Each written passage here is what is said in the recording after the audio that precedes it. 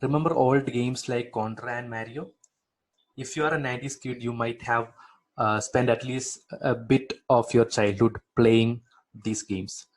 Then you might have jumped onto games like Roadrash, NFS, GTA, and Counterstrike. And if you are someone like a normal Indian right now, you might be playing more games on your smartphone than your PC.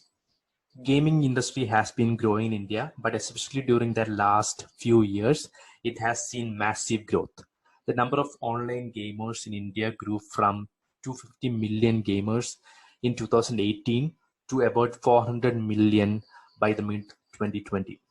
It has been growing steadily for the last 5 years, and it is expected to treble and reach $3.9 billion in market cap by 2025.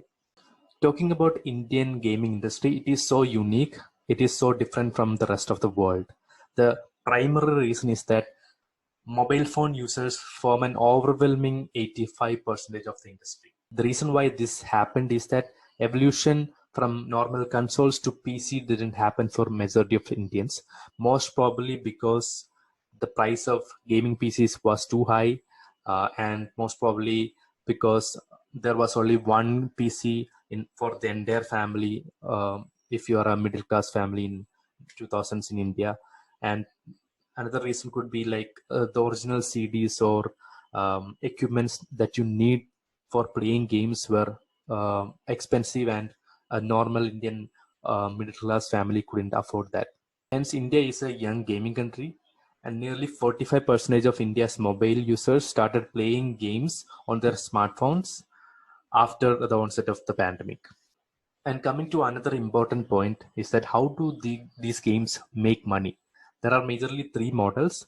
One is a free to play model, which means anyone can play the game for free, and if they need any additional features or lives or additional equipments, etc., you can actually pay money to buy that coins or anything that is relevant to the game, and use that to purchase whatever that helps you play the game better or reach your goals better, right? An example are games like battle royale games like PUBG, Free Fire, etc., which has a lot of in-game options.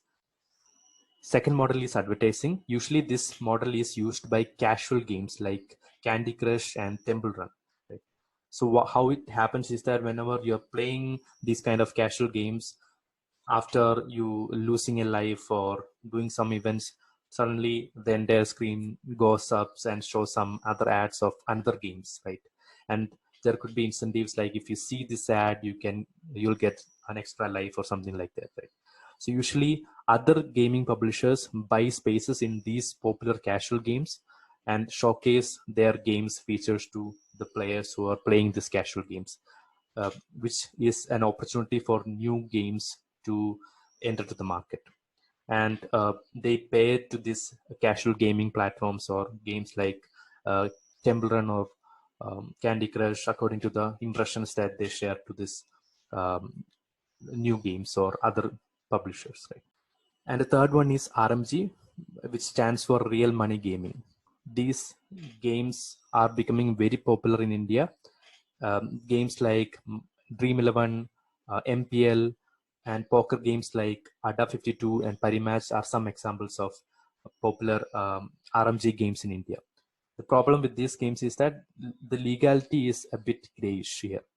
So these platforms claims that they are a game of skill, even though there is still debates happening whether they are actually a game of skill or whether they are actually a game of chance. If it's a game of chance, it's actually not legal according to the Indian legal systems, but they usually position themselves as a game of chance. So they surpass the system and usually gets the rights to do advertisements and things like that.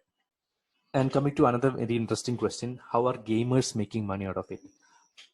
The top three YouTube channels who are streaming games are Total Gaming with 32 million subscribers, Techno Gamers with 26 million subscribers, and AS Gaming with 17 million subscribers. So these gamers usually stream while they are playing games, and it has been growing like crazy in the last few years, right? And how they earn money is by doing brand collabs, promoting other games, getting ad revenue from YouTube, and competing in popular esport tournaments, right? And when I researched, I found out that these gamers or YouTubers are earning somewhere in between 15 lakh per month to about 80 lakh per month via all these streams of income. Apart from playing games, building games is also a lucrative area right now. And recently, during the union budget, the finance minister also emphasized on building games in India itself as a part of Make in India campaign or initiative. Right. So at present, there are about 400 plus companies or major companies who are invested in building better games in India itself. Those companies are Infosys, Hyperlink, Sensor Technologies, etc., which definitely means that this industry will become a huge or a major job making industry for the Gen Z. So if you're someone who is passionate about graphics or animation or building games, there is good enough reason that you should stick on to that. And coming to the final point, which is the future of gaming, right? So whenever we say future, you always think about NFTs and metaverse. And here also, NFTs are providing an additional stream of income to those who are playing games or also to those who are building games.